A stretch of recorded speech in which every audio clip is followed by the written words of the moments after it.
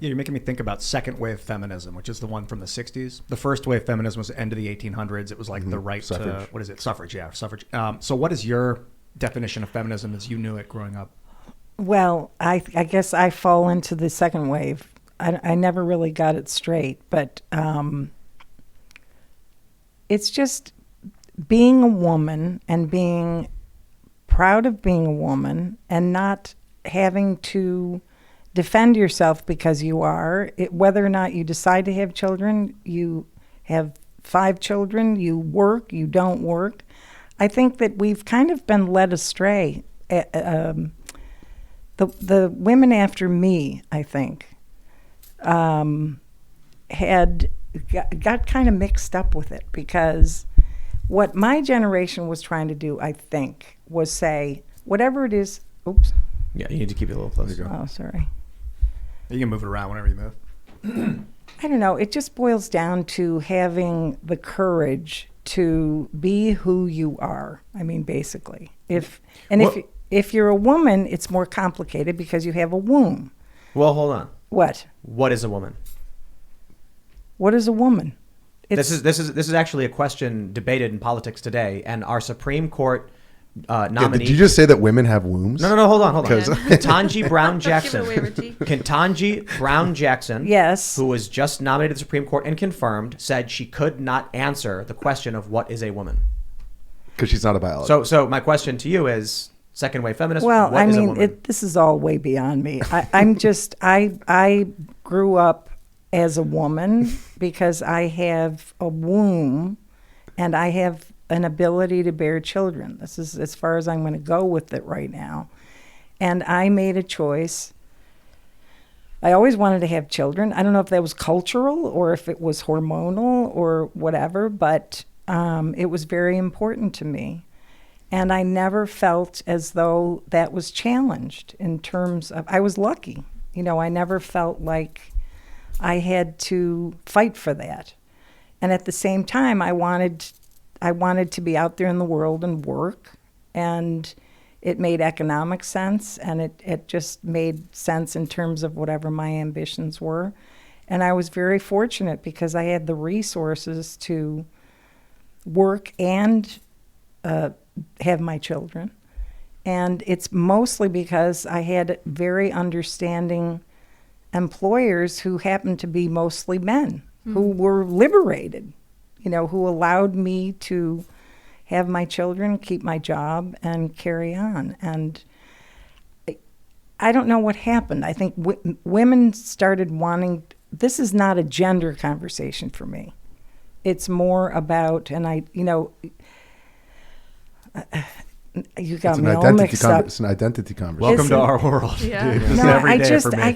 It's hard for me to talk about it in terms other than being someone who bears children and works and just, fends for whatever it is important to me in the world. I think WOM, the letters, womb and woman, I mean, the WOM is part of both of those words. I don't know if that matters, but I'm not going to say it doesn't.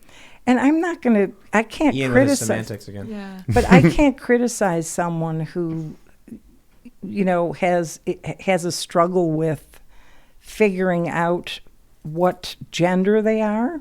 I don't have a problem with it. I'm lucky, I guess, or I was never taught to challenge it.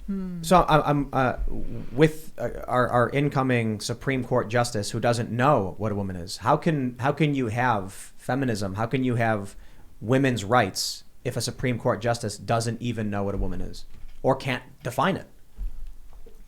I mean, it feels to me like feminism is out the window.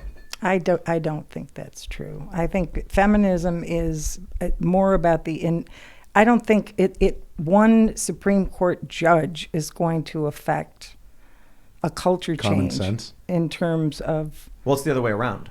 The judge is saying she can't define women because the culture has already changed. I know. What changing. I'm saying is that won't necessarily alter the majority of women's struggles one way or the other, necessarily.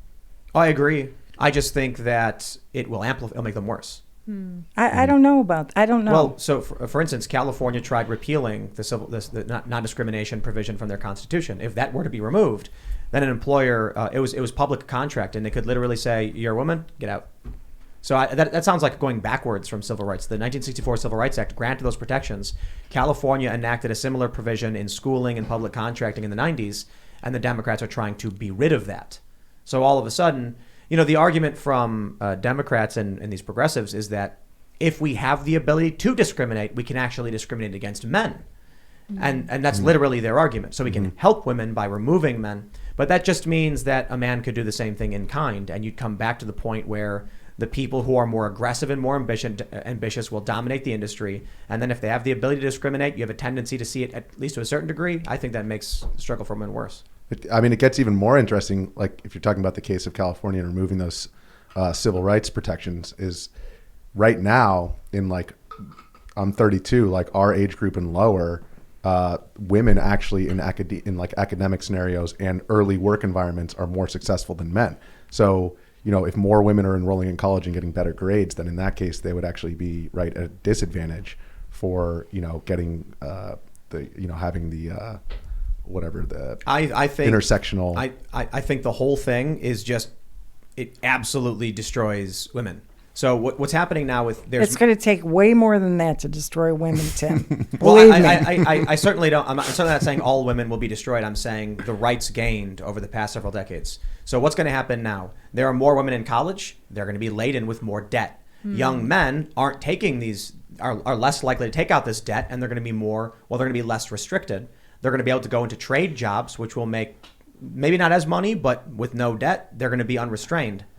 So it really feels like everything that's happening. Yeah, but don't you think it's a pendulum? Just the way historically everything has been for hundreds and hundreds of years. You go too far and then you come back. It's just a natural course. It's kind of a spiral. It goes to the left and then it goes to the right and then it goes to the left, but it's always moving forward. I'm looking at these waves of feminism. Golden ratio. Yeah, the first one happened in the late 1800s. It was 60 years later that you got the second wave. Then it was 28 years later that you got the third wave. Then it was like 15 years later you got the fourth wave. Now they're talking about 8 years later. You're starting to see maybe there's a fifth wave. I mean, women who wanted to behave like men in the workplace, I think set feminism back. Yeah.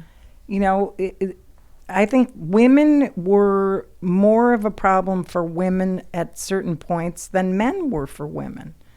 And so it's never one, it's a dynamic. I think there isn't one thing that will determine forever the way things will continue to be. I don't think. I mean, hopefully the Constitution, and the things that established our country will remain and not. I think believe they're gone already. What? No, yeah, like the right to keep and bear arms. We endlessly talk about this. It's gone. I mean, sure, you can try and go. We're in Maryland right now. You go to Maryland and say, I would like a gun. They say, no, get out.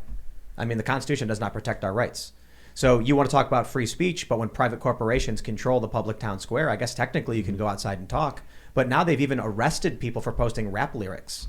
If I have to go to the government and ask permission to keep and bear arms, the Constitution has not protected my rights. And that's true for New York, New Jersey, Maryland.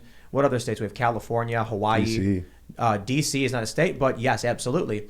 You can't have a gun. So what Constitution? And then we talk about the Fifth Amendment. I mean, look at the stuff they do to Julian Assange. He's not an American citizen, but certainly when it comes to matters of extradition or whatever, people coming to this country you are afforded rights, no matter whether or not you're a citizen. But you look at what's happening with January 6th. The defendants who are kept in solitary confinement for a year, there's no constitutional rights. It's rights for those who have power, and the Constitution's become a piece of paper that's only being upheld by one side that desperately wants to believe it still exists. Do you think it's because we've been lulled into a comfortable place where we don't realize how important carving those things out is? Everything's so safe and easy right now that it's okay, well, maybe the government can go ahead and do whatever they want. It's cultural enforcement. It's what a society is willing to tolerate.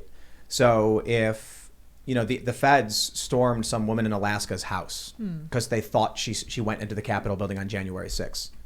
Where's the protests? Where's the anti-government? Where's the anti-authoritarian protests for that stuff? They don't care. We had the worst riots we've seen in 50 years in 2020, and it was by the people claiming to be the left. The left is now pro-corporate when they want to be. There's no principles backing this. Thanks for checking out this segment from the Timcast IRL podcast. But if you want to check out the full show live, tune in Monday through Friday at 8 p.m. And if you want more special access content, head over to timcast.com and become a member. Your membership helps sustain this company, keep our journalists employed, makes this show happen, and you will get access to exclusive members-only segments of the Timcast IRL podcast, and there's a massive library to check out. So again, go to timcast.com or tune in Monday through Friday at 8 p.m., and we'll see you all there.